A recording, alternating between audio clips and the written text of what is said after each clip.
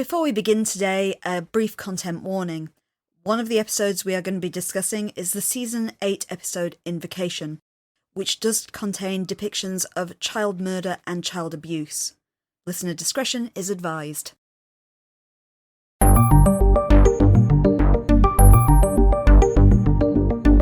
Hello and welcome to Things Are Getting Strange, the X-Files Rewatch podcast. I'm Nick. And I'm Kim. And I don't know if we've got news per se, but something came up on Blue Sky today, which I thought was, X-Files is still kind of zeitgeisty in a way. This was someone just saying, this is at leaveitalone.bsky. Whatever. The X-Files are so relevant now. Every week, Mulder and Scully witness strange, inexplicable events and proof of higher powers and alien intelligences, and then nothing happens as a result, and they have to keep doing paperwork. Very good. Which, yeah, that's probably accurate. There was also an X-Files related t-shirt for sale on QWERTY this week, even. Oh, yeah. Yeah, I did post a link up on our Twitter when it was up. Unfortunately, QWERTY t-shirts, as you might know, are only available for 48 hours. So unfortunately, it's long gone now. I did order myself one. I should probably mention again, because I did bring it up on last week's podcast, that there is a sale currently going on Kevin J. Anderson's online shop, where you can get signed copies of his X-Files novels. So that's Ground Zero, Ruins, and Antibodies? Yes. Yep. The shop address is www.wordfireshop.com/product/x-files-thrillers. And that will give you the link directly to it.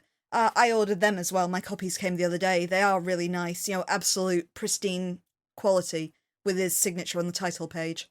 Very cool. I was watching Midnight Club on Netflix the other day because I'm a bit behind on my Netflix viewing, and I was surprised to see that William B. Davis does make an appearance in that series. Ah, yes. As the Mirror Man, one of the ghosts that are encountered. Well, if you see William B. Davis in the mirror, it's quite kind of terrifying in the best of times. He appears really early on, and I thought, because it was just a glimpse at that point, did I missee this? Was that William B. Davis? But you see him a lot clearer later on, it is most definitely him. It's based on a novel by Christopher Pike, however. It was by the guy who did things like The Haunting of Hill House and The House of Usher. Okay. But yeah, if you've got nothing else, I will invoke an episode forth. These two episodes have some of the most surprising guest people ever, and not for the reasons you'd think. Okay. Okay, so first off, Invocation, directed by Richard Compton, written by David and Mann, and first broadcast on the 3rd of December 2000. So guest stars, Eric Anderson was Doug Underwood. He was in Friday the 13th, the final chapter, and started Next Generation. Now we get to, this is the one that took me by surprise. Okay. Looking at Wikipedia. So, Maggie Baird played Sharon Pearl. This is the psychic. Okay. So, just bear with me on this one, because she was in Picket Fences again for our continued, not actually happened, but X-Files crossovers. Mm-hmm. Saints Row and Saints Row 2. Okay. Mass Effect 2 and 3. Oh. Where she plays Samara. She's additional voices in Saints Row. She's a character called Samara in Mass Effect 2 and 3. Okay. You'll meet her. I think you run into her. You won't be able to avoid us when you play it. Lightning Returns. Final Fantasy 13. Well, I know who she voiced. She was various voices in that. Oh, okay. The one that got me, though, was I was looking down and it listed her as having been involved with an album. Fair enough. Other people we've looked at have done that. She is the mother of Billie Eilish. Okay. What are the chances of that? Fair enough. Yeah. So yeah, Billie Eilish's mother is in the X-Files in this episode. As a psychic. As a psychic. So Rodney Eastman, unfortunately, is a bit of a letdown after that. He played Ronald Purnell, as we called him, Sweaty Teenager. Oh, Sweaty Teenager. Yeah. Okay. So he was in Nightmare on Elm Street 3 and 4. He's one of the Dream Warriors. Okay. The Opposite of Sex, which is a slightly obscure Christina Ricci film I watched many years ago. Mm-hmm. Freddy vs. Jason, though that's archival footage. Babylon 5, and he's in Millennium. Okay. And then Kim Greist, who played Lisa Underwood, who is the mother who I don't think ever gets named in the episode, is in Brazil. Okay. And Manhunter. And in terms of really obscure films I somehow have watched, and you might be able to guess what this was referencing at the time, Shriek, If You Know What I Did Last Friday the 13th. I've got no idea what that's referencing. So, I guess you've got a synopsis for this one? I do. From Wikipedia, in 1990, Billy Underwood goes missing at a school fair in Dexter, Oklahoma. 10 years later, Billy's mother, Lisa Underwood, is called to the local elementary school. She learns Billy has mysteriously reappeared at the school, but does not seem to have aged in the decade he was missing. Scully and Doggett arrive at the police station to see Billy. Doggett interviews the boy, who appears to be mute. In an attempt to get Billy to speak, Doggett keeps his backpack from him. This infuriates Lisa and leads Scully to question Doggett's expertise in child abduction cases. Scully suggests that Billy is an alien abductee, but Doggett believes Ronald Purnell, a local delinquent, may have been involved in the boy's disappearance. Doggett questions Purnell, who expresses confusion when the agent suggests that he should meet Billy. As Doggett sits in his car, he pulls out a school photo of a young boy. When Billy is returned home, his brother and father are uneasy about his presence. Lisa is blind to these problems. While Lisa and her husband Doug argue about Billy, he wanders into his brother's room holding a knife. Lisa finds a bloody knife in Josh's bed the next morning, but the boy is unscathed. Billy stands in the room staring at Josh. Forensic analysis shows the blood to be Billy's, although there are no injuries on him. The knife bears a crude star-like symbol that Billy drew while being interrogated by Doggett, a symbol also drawn by a psychic investigator who worked with the police following Billy's disappearance. The Underwoods reluctantly agree to let Billy speak with the psychic, but when Doug attempts to drive him to the meeting, Billy seemingly disappears from inside the family minivan, only to appear in Josh's room, frightening Josh with his silent staring. Meanwhile, at Purnell's trailer, his mother's boyfriend Cal Jeppy shows up and hassles him. Purnell goes into the woods and digs up a skull. Later, Jeppy blackmails Purnell into silence over something related to Billy.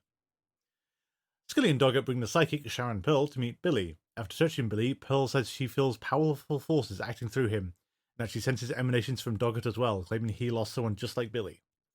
She then appears to suffer a seizure, and the mysterious symbol forms on her forehead.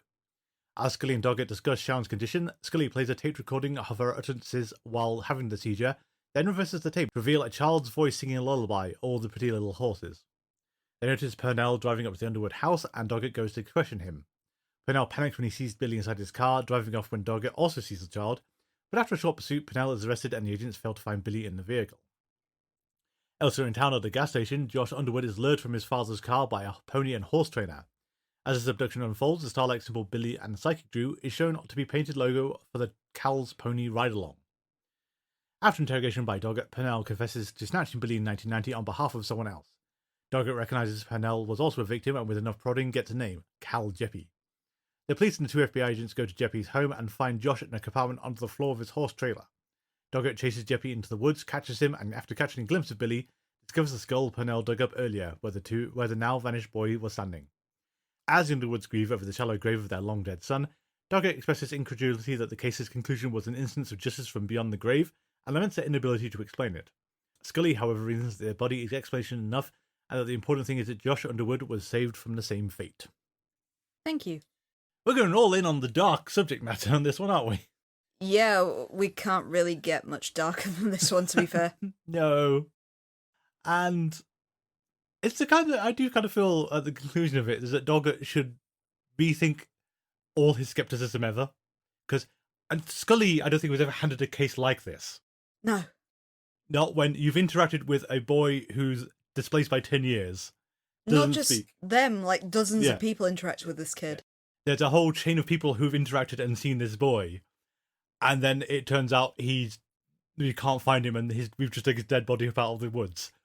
Doggett should have a nervous breakdown or just say, you know, Scully, when we get to Redrum in a bit, I'm going to be more accepting of what I'm told rather than being the staunch skeptic, because how could you? It's the escalation, because my first thought when Scully was recounting how impossible this was at the start, that, okay, maybe it's not impossible. You know, there are hormonal conditions that cause children to not develop at all. Maybe that's what we're seeing here. He still looks like a little boy, but because he's got some developmental condition, he hasn't aged. But it's not when Scully kind of says, no, he had a dental appointment just before he was taken and his teeth are exactly the same, and other impossibilities like this that you think, my God, science should be all over this. Yeah, there was a blood test as well, and the cell counts and everything was exactly the same. It strikes me as the X-Files of the past would have been cagier. Like, if you did this in Season 1, Season 2, Season 3, you'd have had him come back and he'd been physically the same, but then his blood work could be off somehow, or there'd be some very minor kind of aging to his body or something. Like, maybe the whole being buried in the woods would have affected how his... I'm thinking like Conduit, way back in Season 1, where the kids were returned, admittedly not after 10 years, after a shorter period of time, but their kind of bones and scans showed that they'd been kept in 0G. Yeah. To be fair, it was only one kid. Because that was this is where we've had this alien psychic powers come from, is that one was taken, but the other kid being in close proximity got magic powers. Yeah. But yeah, that's the kind of subtlety the X-Files used to trade in, and this episode just kind of blunders straight through it and says, no, exactly typical of it was in 1990. However, it does give you the scariest child I have ever seen in anything. I mean, we've spoken about the cold dead eyes of the killer before. Have you ever seen a more terrifying child actor than this boy? No, I think we need to have a lineup of the three of them at some point, but I can't call this one the even colder, deader eyes of a killer again, can I? He's terrifying. He really is. They've picked such a good actor to play Billy. Yes. Closure is a problem now. Oh, the one with the fairies. Yeah. It's like I'm not allowed to call them fairies, are they? The Starlight people. Whatever they were. Yeah, but we've got a precedent. I mean, we know Samantha Mulder broke it anyway, but there's a precedent for what are the forces of good doing when they let this happen? And they could apparently could intervene without problem. Maybe there's a limited number of fairies and they were just on call elsewhere, rescuing Samantha at the time this happened. It kind of undermines the whole mysterious supernatural element, doesn't it? They live in the starlight. Yeah. Also, if they're focused somewhere else and can't be omniscient, that really undercuts the supernatural power of them. Mm. Closure is a very weird problem for the X-Files now, especially when you deal with child death. It is so... You could say that. This isn't the first child death we've had in No. the X-Files. Is Where Were the Starlight Beings in Kalushari, which Yeah. is an episode that actually thematically is a lot like this one as well. There's a lot of similarities, yes. Mm. Just, we've got time displacement. I mean, I don't think it's even admitted influence, but this is kind of like Kalushari Take 2 again, isn't it? Paula Vitaris, in her criticism of the episode, called it something like a mixture of Kalushari and Revelations. Yeah, I can see that. I can't see Revelations as much, Not as admittedly, much, no. but there is a really big feel, especially with, that creepy dead-eyed child. The difference being is that the one in Kalushari was an evil spirit, and this one, actually, surprisingly, is a good one. Yeah, I mean, we should probably dig into that, because this brings to mind, as it always does, the Messengers. You're going to bring up the Messengers, yeah? Well, not just because William B. Davis is also in that film. Briefly. But pivotally, because he's like a fundamental part of the plot to make it work. Isn't he the realtor or something? He's trying to buy out the farm or something, Yeah. or he had some role in it, but that was important. But the whole point of the Messengers, if you've never seen the Messengers, I can't recommend it, but It's a ghost story. it's a ghost story, and the ghosts are trying to warn about their farmhand who's a predator and going to assault people, but they can only express themselves by making the daughter look like she's trying to commit suicide. Yeah. And it's kind of bugged me ever since is there no way to communicate from beyond the grave without implicating yourself in suicidal tendencies? I'm going to raise you the stage play 222. Yeah, which is a much better way of doing it. Because in 222, I'm not going to spoil it because the twist of 222 is part of the main draw of seeing it. Yeah. But essentially, it's all set around a dinner party, kind of more or less real time as well, where one woman at the party is convinced that she hears ghostly activity in her baby's room at 2:22 every morning. So they all decide that they're going to stay till that point to see if they can verify this. And it comes up in the course of their conversations over dinner that why the hell, if ghosts are going to communicate, do they just moan and clatter around? And someone comes to the conclusion of, these people have literally just died. They're not going to be in the right frame of mind. We don't know how much energy it's taking for them to manifest in the world, or how scrambled their memories are, or how confused they are, that maybe this is legitimately the best they can do. Yeah. And that's much better than the Messengers.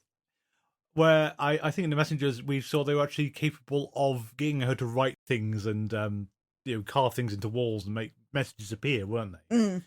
And they don't say, look out for the farmhand or something short and snappy. Yeah. But we kind of have the weird communication in Billy in here.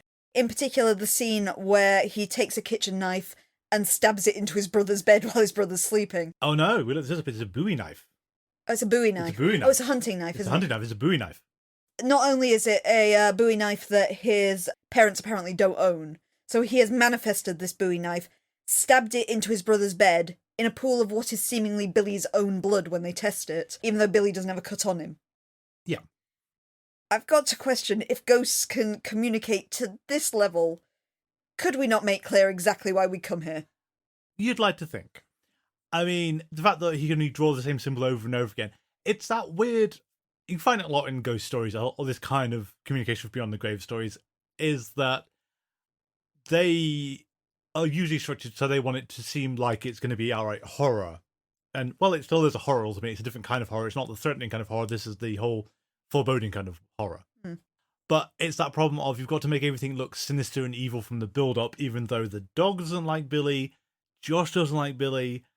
Even Dad doesn't like Billy. He gives everyone the creeps. He's wandering a house with a Bowie knife, stabs into his brother's bed, vanishes from cars, appears behind people, just stares at them.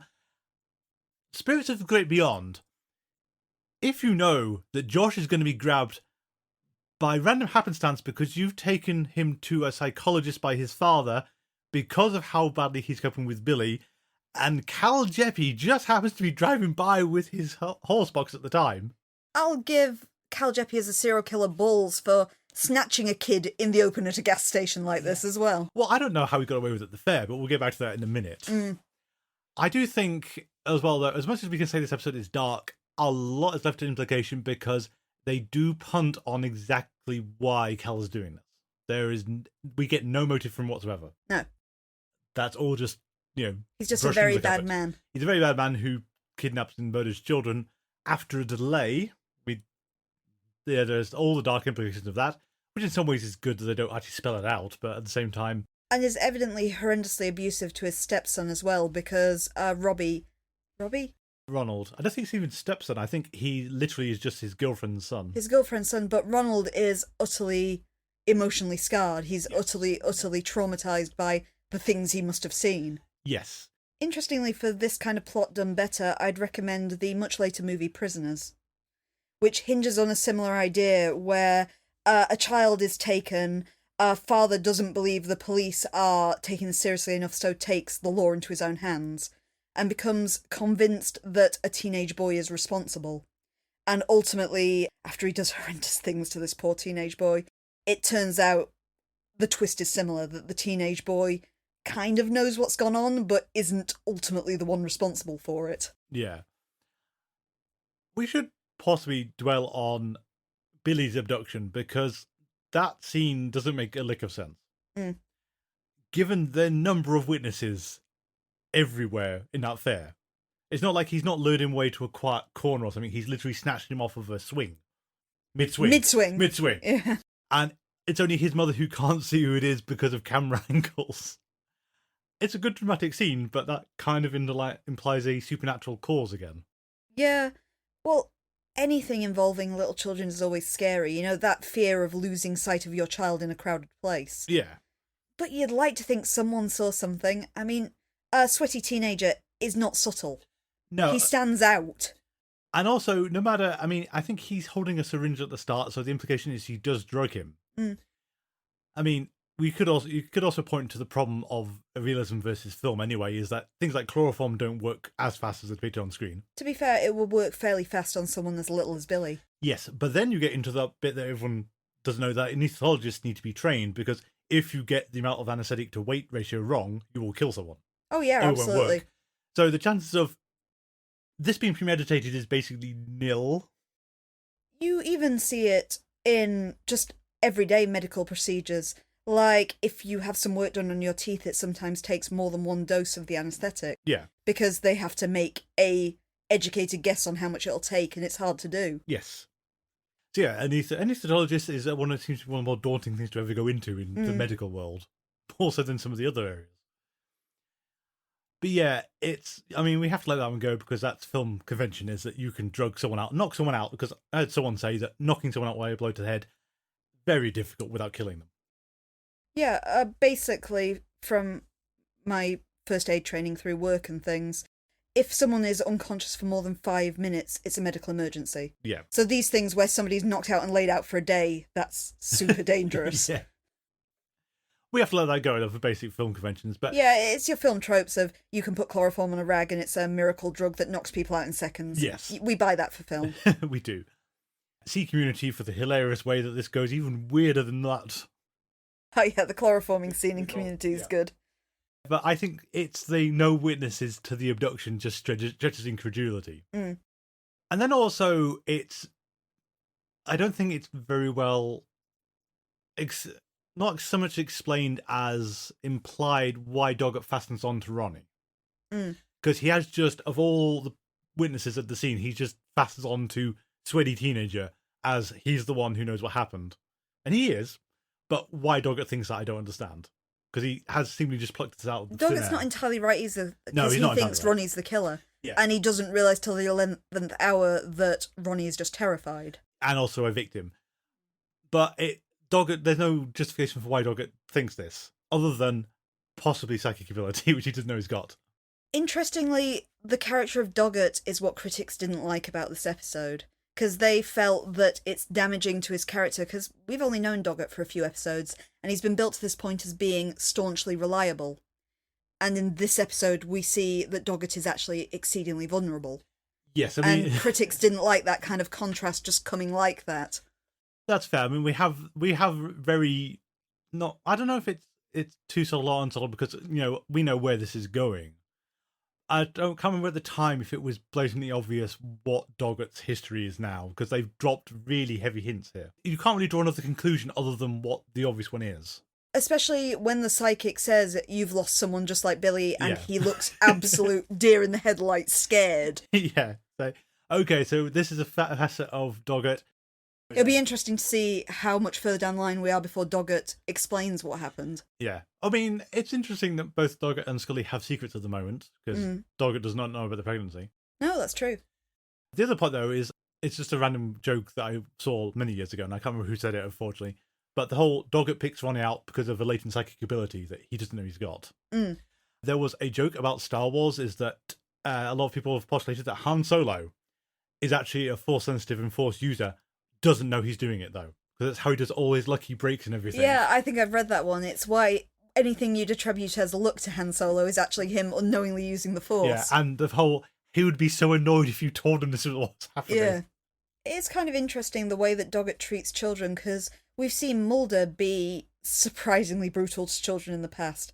And also good with them. Yeah, but Doggett was similar, because I wrote in my notes at the start of the scene where he's interrogating Billy, I thought he was actually talking to him really well. It's not till the point where he snatches the kid's backpack and looks like he's trying to bribe him into implicating someone that it starts to get, oh yeah, right, this is actually sketchy. But it's still not on the degree of Mulder torturing that poor kid in shadows, or that kind of level. That's true. I do wonder if you could there's a case to be made here. I mean, as much as Doggett is pretty good with talking to children, which as a father you'd kind of hope he would be to a degree. Even though we don't actually know he's a father at this point. We don't know. You can infer that. Yeah, we can conject it. And also, though, it's one of these whole dispel that kind of pop culture notion of being a parent makes you intrinsically good as a parent. Yeah. People have really awful relationships with their families, so, that's no indicator of anything. But we're meant to imply that. I do wonder if there's an implication in this episode that Doggett should recuse himself from the case, because much like Oubliette, it's too close to his own experience that he shouldn't be involved with this. Yeah, absolutely. And of course, like Mulder, he refuses. It's always weird, isn't it, when you get the police actually will use a psychic. This is, I think, the first time we've had a psychic used by the police outside of a joke episode, because Clyde Bruckman was the major last time we've had a psychic being brought in. I know it's not really a modern thing, but there was a period in American history where this kind of thing did happen. But in the 90s? Was it that late? I thought it was like, this is a 70s, 80s Yeah, I kind thought of it was thing. like a 70s sort of thing, but I have heard of it being an actual thing, Yeah. there being police consultations with psychics. And I think their track record is like even worse than normal. Well, that's the kind of thing we did in Clyde Bruckman, where it was the fact that the psychic said such general things, he's always going to get some hits. Yeah, and Scully dismisses Clyde Bruckman for the same thing, even though Clyde Bruckmans are much more precise when you get to it. Things like the little fat stormtrooper. Yeah. And near a body of water, but the body of water was meant to be was one of the generic ones because there's a good likelihood because of the state of the country. Well, it's part of the way that these kind of mediums work. Oh, yeah. It's when you have, on the base level, the whole, I'm getting something, does anyone have a relative? Name might begin with an M or an R. Yeah. You say common letters because literally everyone can think of somebody they know who has passed away that has an M or an R in their names. Yep. And realistically, you should actually have a similar sound, so it should be M and N, really, isn't it? But again, you're picking 2 Q levels. You're not going to say someone whose name begins with an X. I'll have you know my Uncle Xavier was very dear to me. Poor Aunt Zania. Exactly. Xander. But, a Richard is going to be a lot more common, isn't it? Absolutely. But yeah, it's interesting they get the psychic back in and that recurring symbol. And again, for Doggett's disbelief and the fact he's going to keep on with the skepticism, I think, for as long as possible, is that symbol appearing on her head. Because it's one thing to sort of like have the veins stand out on someone's head when they're sort of stressed or something. It's that exact shape again that's the same as on the knife hilt. It's like, how would you explain this, Doggett? And also it's the logo of Cal's pony riding thing. I've got to admit, and I can have you back this up in evidence, is I drew on my notepad what I thought that symbol was right at the start of the episode, and I was correct. Yes. I narrowed down the killer, because there is that really, really stylized shot right at the very start of the kind of merry-go-round with the horses on it that makes that shape from above. Exactly. It just it's very odd, and I think it's the problem with the episode is it's effectively a nerving and spooky episode, but it's if you actually stop and poke at any of the sort of incidental points or how things happened, you go, wait, what? If you take up that psychic again, I kind of interrupted you there, but it wasn't just the seizure and the symbol appearing, it's the fact that she started speaking in Twin Peaks speak, that when they reversed it was a child singing All the Pretty Little Horses. Yeah. I think this psychic has gone above the pale. You can't fake this. Yeah, and again, it's the thing that I understand in terms of escalation. The X-Files has to be kind of doing this kind of thing. You can't go away with season 1 very hedging your bets and having both outcomes plausible. Doggett, though, is still being given the best evidence for the supernatural we've ever seen. Yeah. 3 times in a row. Because, I mean, I don't know how he got excused the banana slug in his head for Roadrunners. The man bat in Patience, I don't think he denied it existed. And he interacted with Billy, a boy who shouldn't be alive. Billy, a boy who died 10 years ago. Yeah, and the only kind of way the episode hedges its bets is that last scene with Scully and Doggett is before they've actually had forensic analysis run on the body. Because Scully's sure what it's going to come back with. And because it cuts out there, Doggett's left a sliver of doubt, but that feels like cheating. To let him still be the skeptic, because there's no reason why you can't have the later scene when the report comes in and says, yes, this is the body. In the defense of the episode, because I actually liked this one more than I thought I was going to, I thought it actually did make a really good mystery. It did. Even though, like I said, I'd figured out who was responsible within about a second of the episode beginning.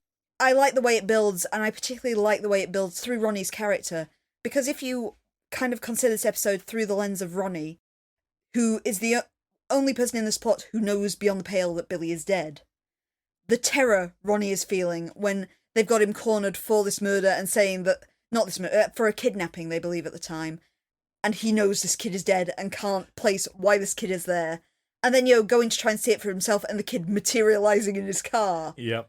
If you frame this whole thing from Ronnie's perspective, it is terrifying. Oh, yeah. And I think it's interesting you say that, because I think if you'd done that, you'd have a better episode. Because, like, Redrum is kind of framed in that kind of way. If you'd done the same thing for Invocation. Have this as another one where it's kind of Doggett and Scully's role is downplayed, and it's an episode essentially about the villain. Yeah. Then that would have been, I think that would be more effective ultimately. I think we'd also be left with less question. Yeah. Because we'd probably have more scenes with Ronald, so probably get a bit more of how the snatching at the fairground worked, or just rework that to make it a bit more effective scene. But yeah, otherwise the episode is pretty good. It's just, if you stop and think about it too long, it gets really frustrating. It makes a decent creepy ghost story, though. It does. And yeah, as you said, the kid playing Billy, absolutely petrifying. I'd never want to meet him. Kind of feel bad for his brother, though. I don't remember his brother's Josh. name now. Josh, who I don't know how many years of therapy Josh is going to have to go through to get over this. A lot. So not just his brother coming back from the dead, who he never got to meet, but also he also then got kidnapped by the same killer. And shoved under the floor of a horse walk. Not to mention then having to question who or what was in his house for all these days, terrifying him when they find his brother's body at the end. Yeah. I don't think Josh is ever going to get over this. No. Do we have anything about Invocation, or would you like to go backwards? Yeah, I think it possibly is time to do the time warp again. Yeah. Well, there's another joke I was going to make, and just bear with me for a second for how obvious this would have been, and then the casting just kind of flat out did it for me. I'll explain. Fair enough, so. Redrum, directed by Peter Markle, story by Stephen Madia and Daniel Arkin, teleplay by Stephen Madia, first broadcast on the 10th of December 2000. Guest stars. Ready? So, Lee Duncan played Al Caldry.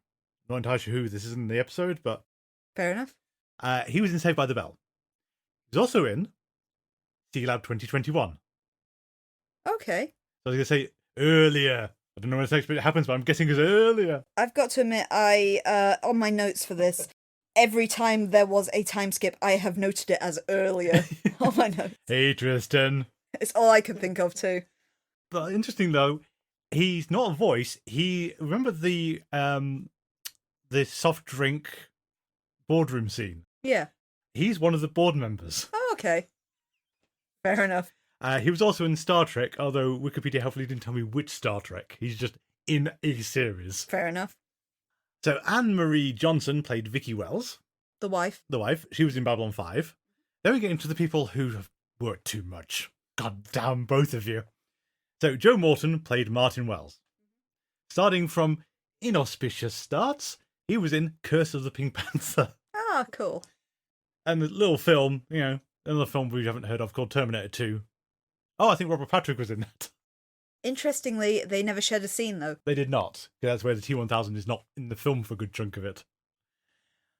He's in Speed, and Speed 2, a fact I did not remember.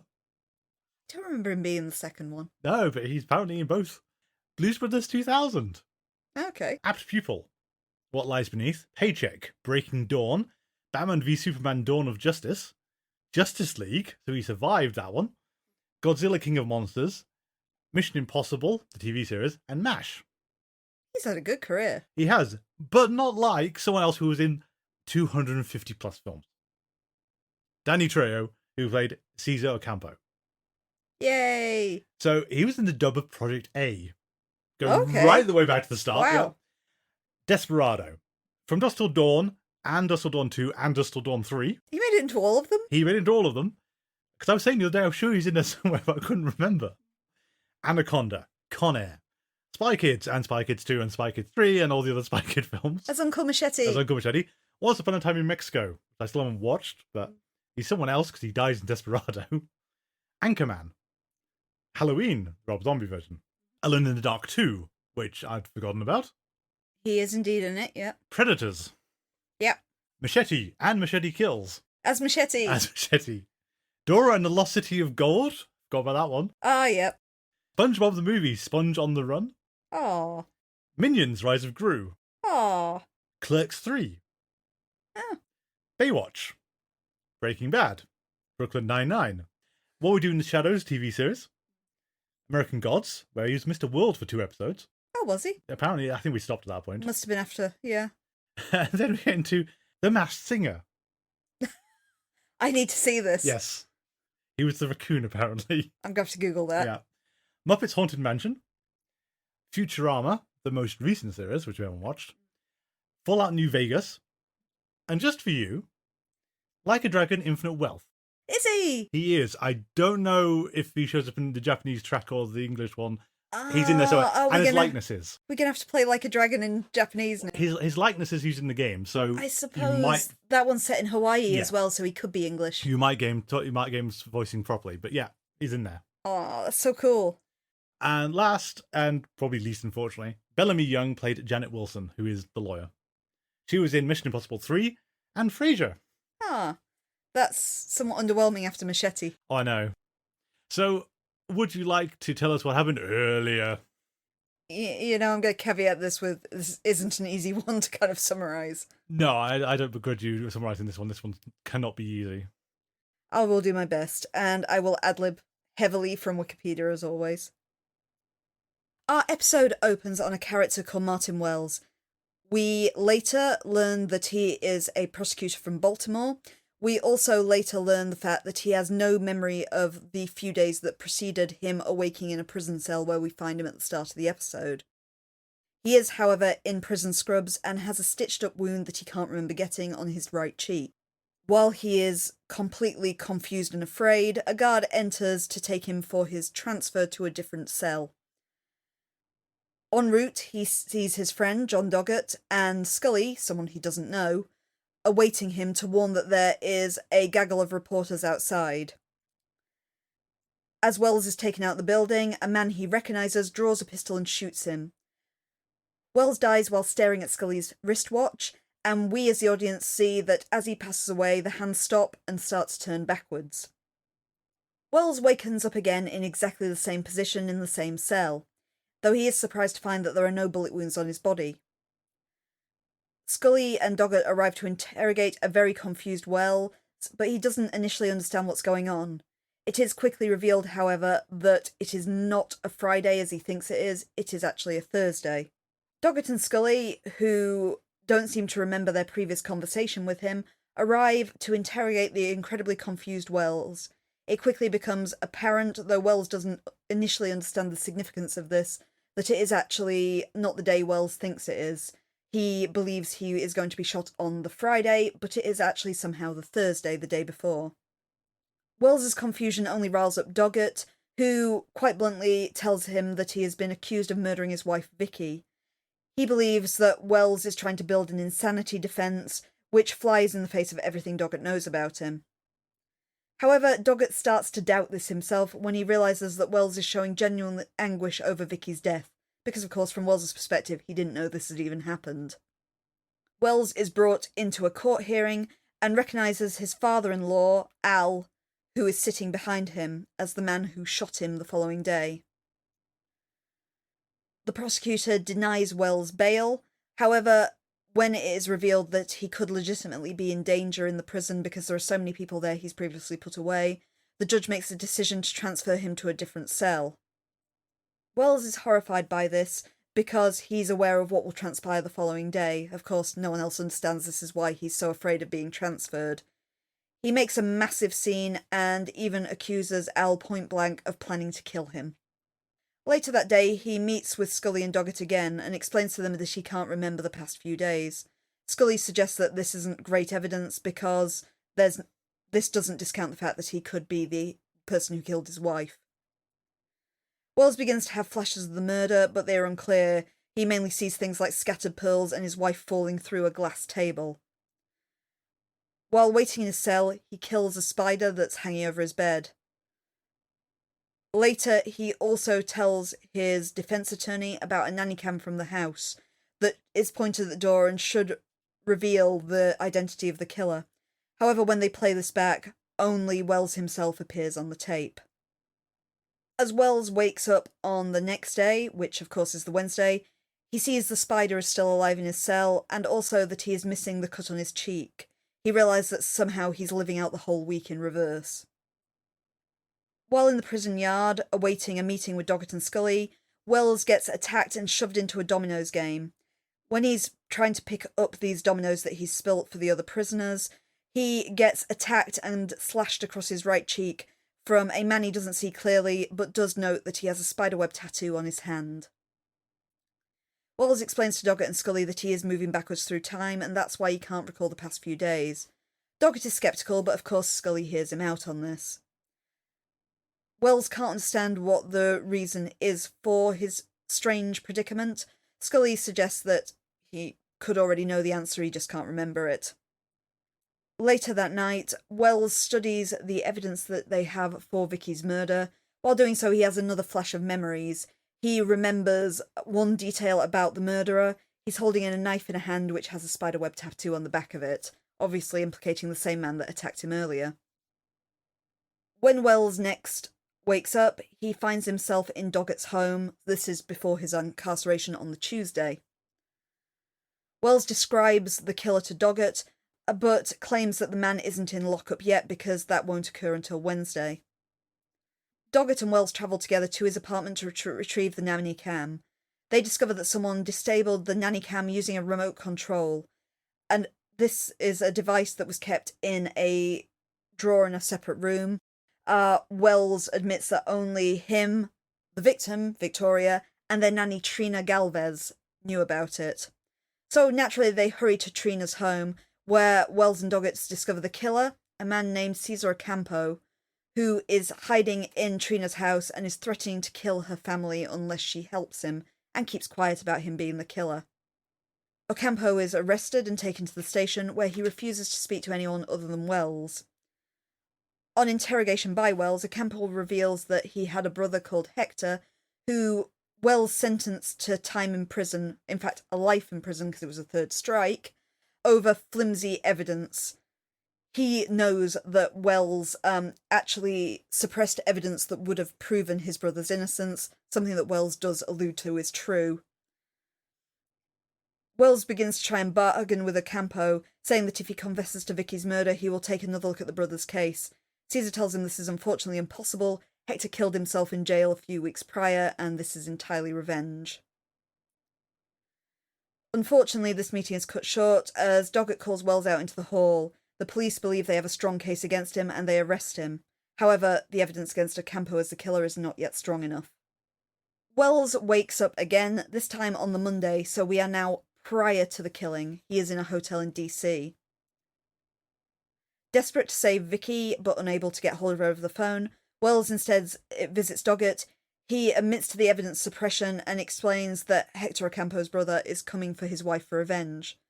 Doggett contacts the police as Wells rushes home to find that his wife is still alive. Shortly after her arrival, he hears someone else at the door and orders Vicky to hide in the bedroom while he confronts Ocampo. Unfortunately, Vicky Wells comes out of hiding, and Ocampo manages to throw Wells aside and attacks her. As he's preparing to slit her throat, luckily Doggett and Scully arrive on the scene and Doggett shoots him dead. As he hugs his wife, Wells notices that Scully's watch is once more working correctly, the hands moving forward, indicating that this weird thing that's happened to him has now stopped. At the end of the episode, we see that Wells has gone to prison for his evidence suppression, and he is awaiting a punishment that he feels he deserves. Thank you. This episode brought to you by Omega. The watch brand? The watch brand. Also, earlier. It's such a hard episode to explain to people. It is. I think the weirdest thing about the episode is it's the different time travel with a difference kind of episode that you don't get, and it's very rare. And also, I don't think you found it in any of the notes, but it's hard not to think that this might have taken some cues from Seinfeld. Or Seinfeld might have taken some cues from this, because I can't remember where the overlap between the two of them would have fallen.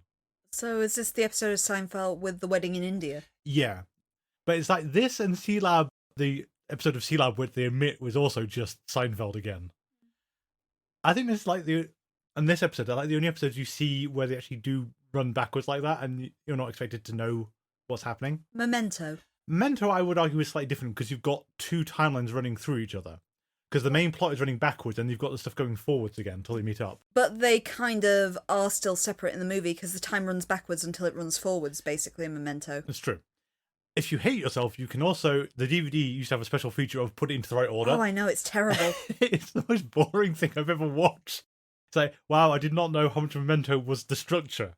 If you haven't seen Memento, it's an Edward Norton film. No, it's Guy Pearce, isn't it? It's Guy Pearce, but also Christopher Nolan. Yeah, it's absolutely excellent low-budget film. It's not a time travel story, but it's all based around a murder and the only potential witness being a guy who has anterograde amnesia, so he can only remember things in about 5-minute blocks. Yeah, I would argue it's difficult to watch more than once, because I think the trick of it is the real pull. Once you know how it works, it does not as effective the second time round. I wrote a chapter in my master's dissertation about it, so I would disagree. I know you disagree. I know a lot of people disagree with me, but I struggle to watch Memento a second time. You have to watch it at least twice, because you have to watch it knowing the twist.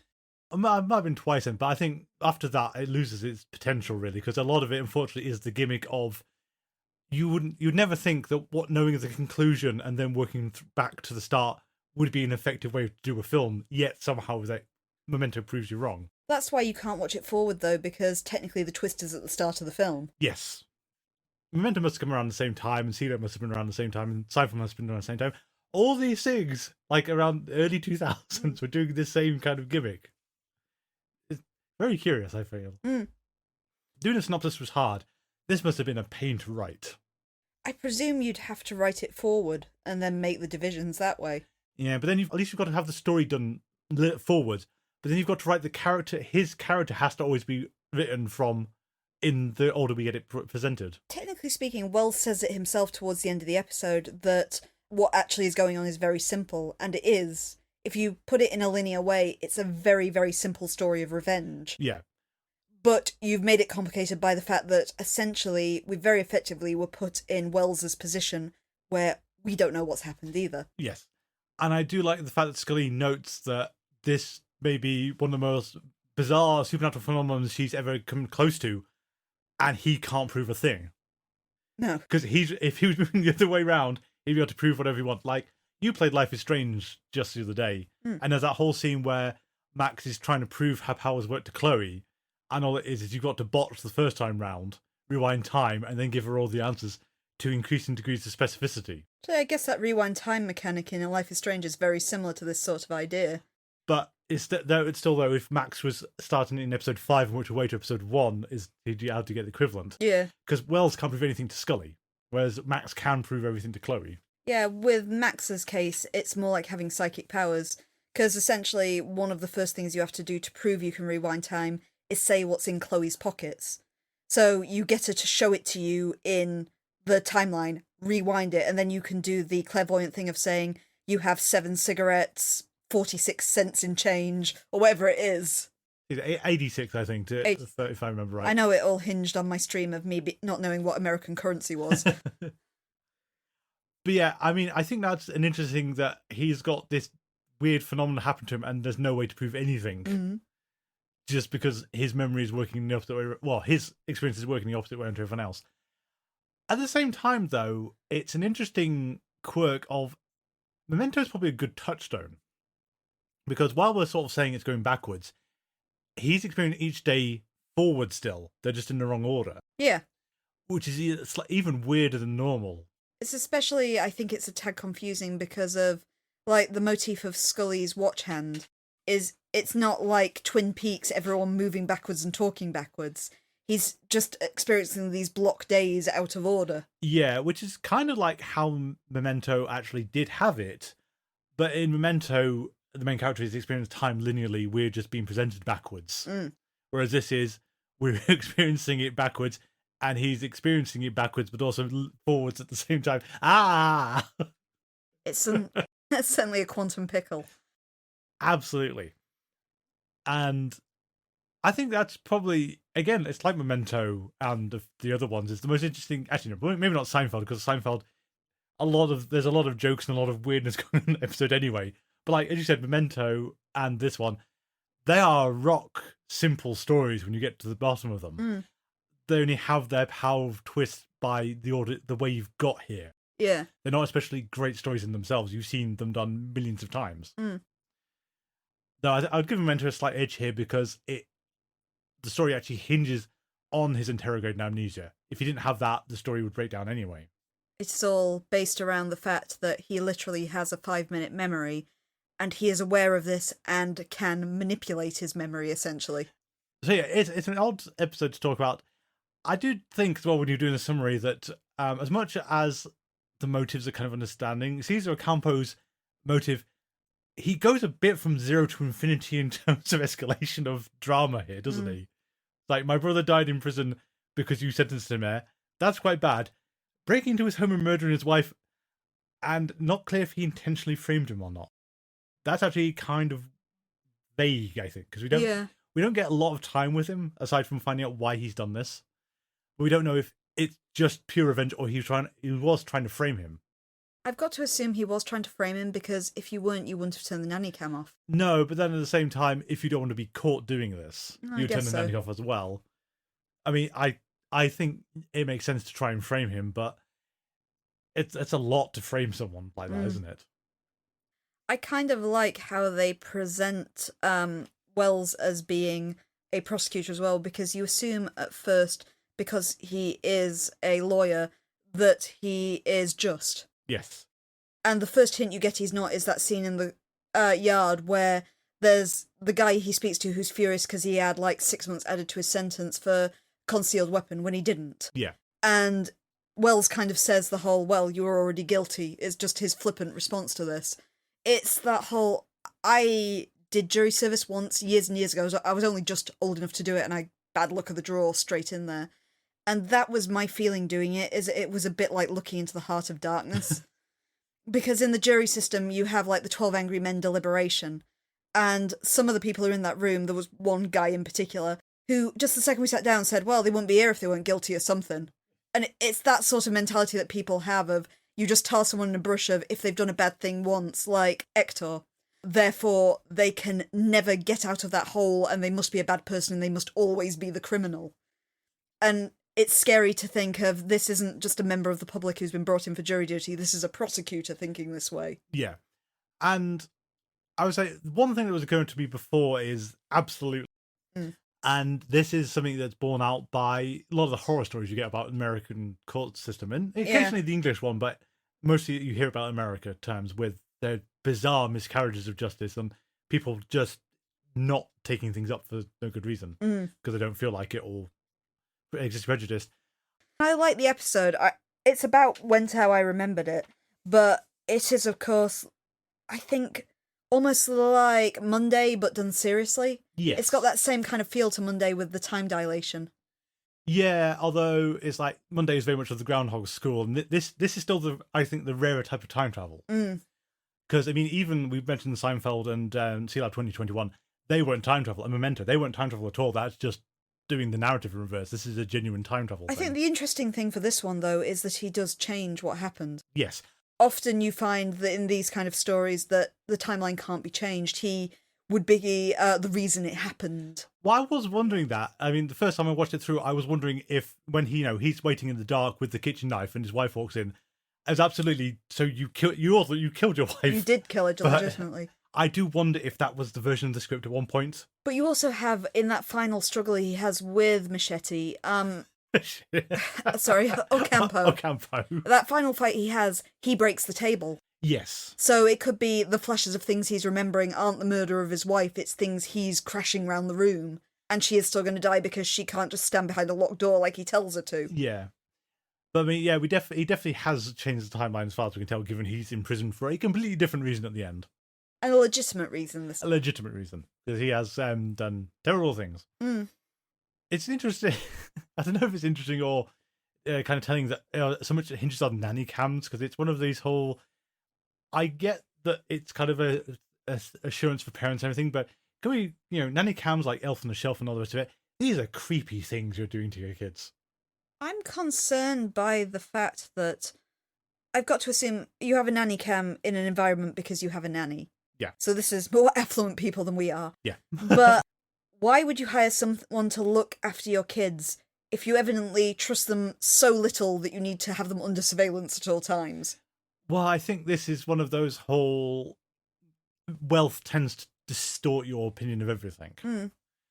Because I think this is a usual thing of people very quickly get to the whole, are they stealing from me if you do have, are hiring nannies and maids and assistants and things.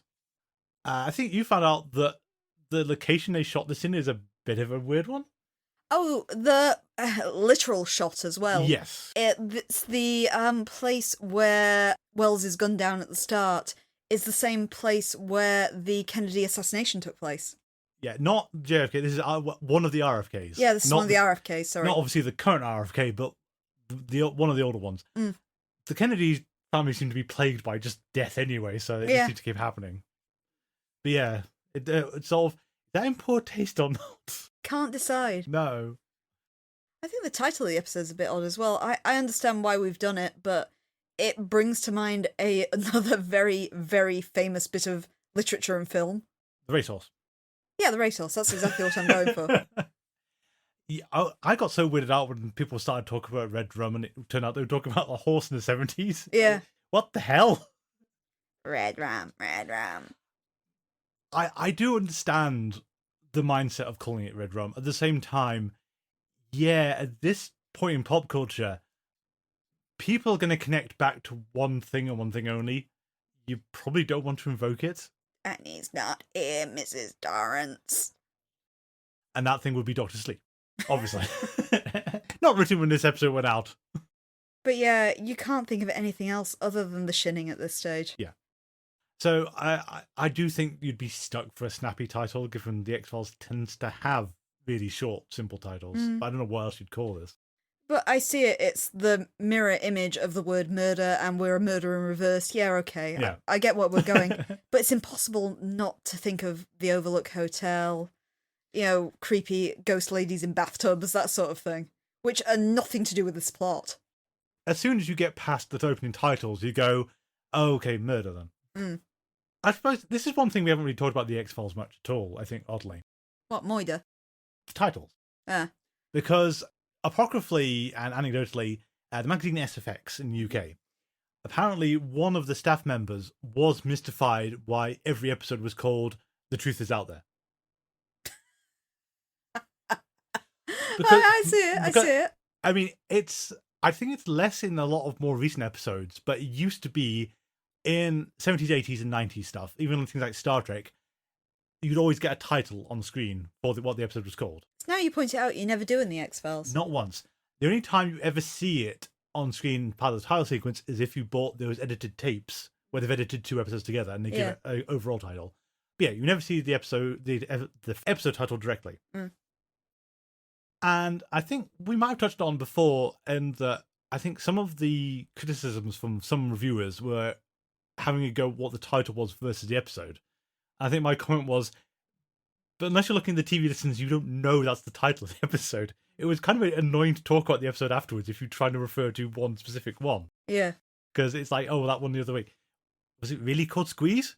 Well, yeah. I think we mainly knew what they were called because of the TV guide. Yeah.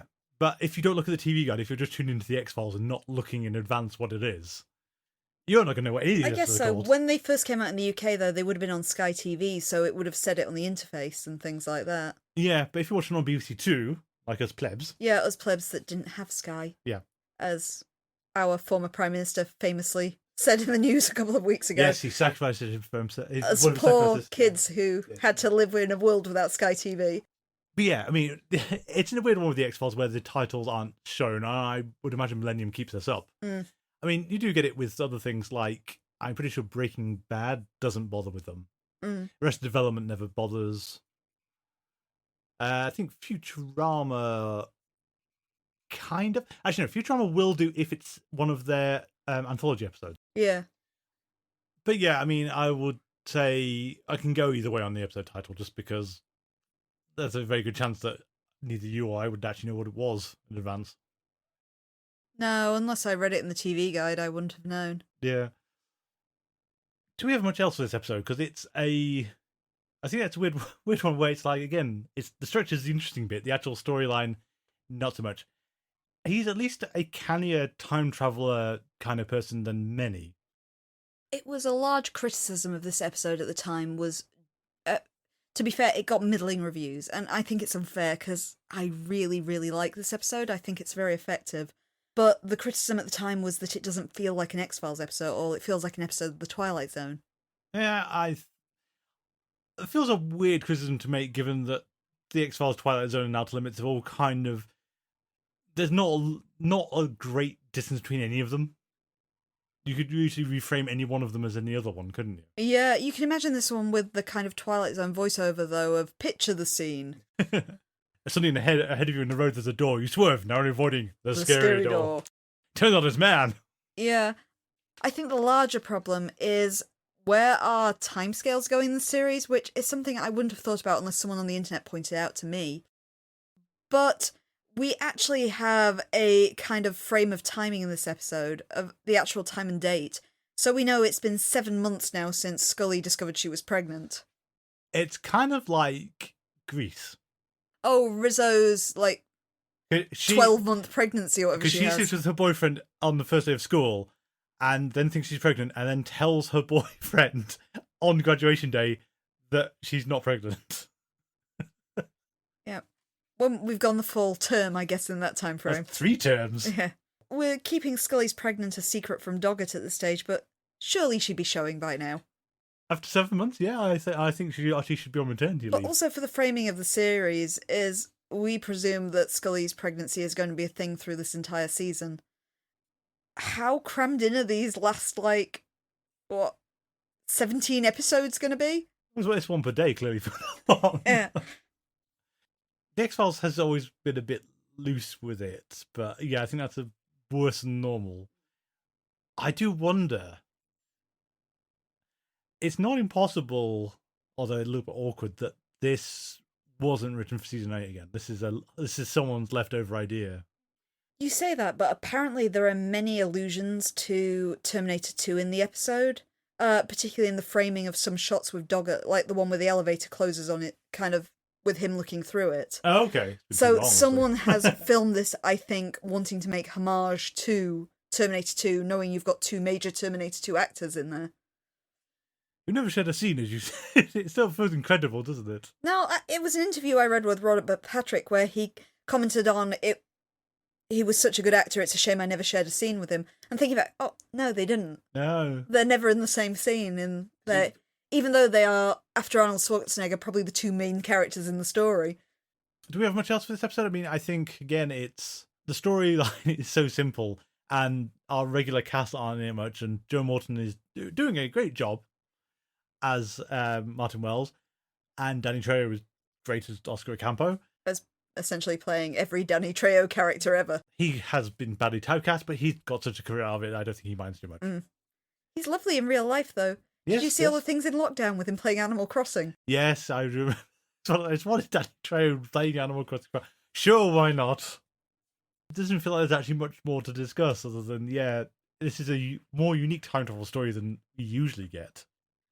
And the only other examples we can point to are A, comedy, and B, not really time travel. And again, it's the whole, I suppose, to go back to Doggett's skepticism, which I think is going to be a running thing through these 2 seasons of just exactly what is he going to buy into and how much are you going to be able to get him to admit to. Is this one, like Scully says, there's no evidence of literally anything. All you've got is that Martin Wells managed to get home and supersede a murder, but his whole explanation for how he's able to do this makes no logical sense and can't be proven. And we mentioned Occam's razor before. Occam's razor here is he did it. Yes.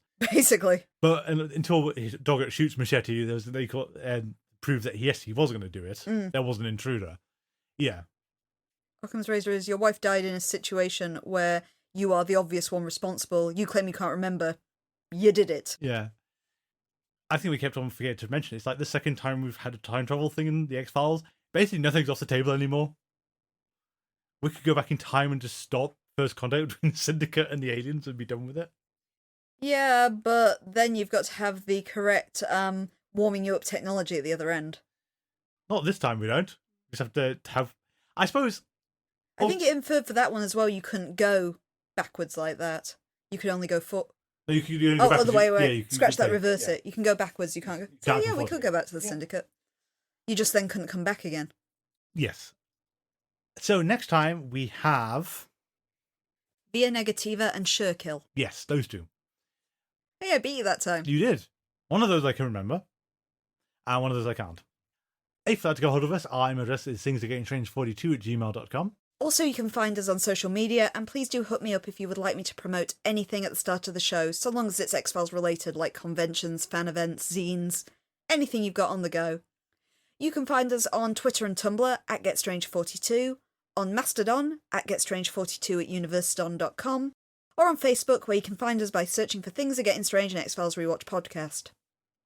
Additionally, if you're not sick of my voice right now, I also stream on Twitch TV under the name AdverseCamber42. My regular streaming days are Mondays and Wednesdays at 8pm GMT and Saturdays at 5pm GMT, where I'm currently streaming the Souls-like game Code Vein.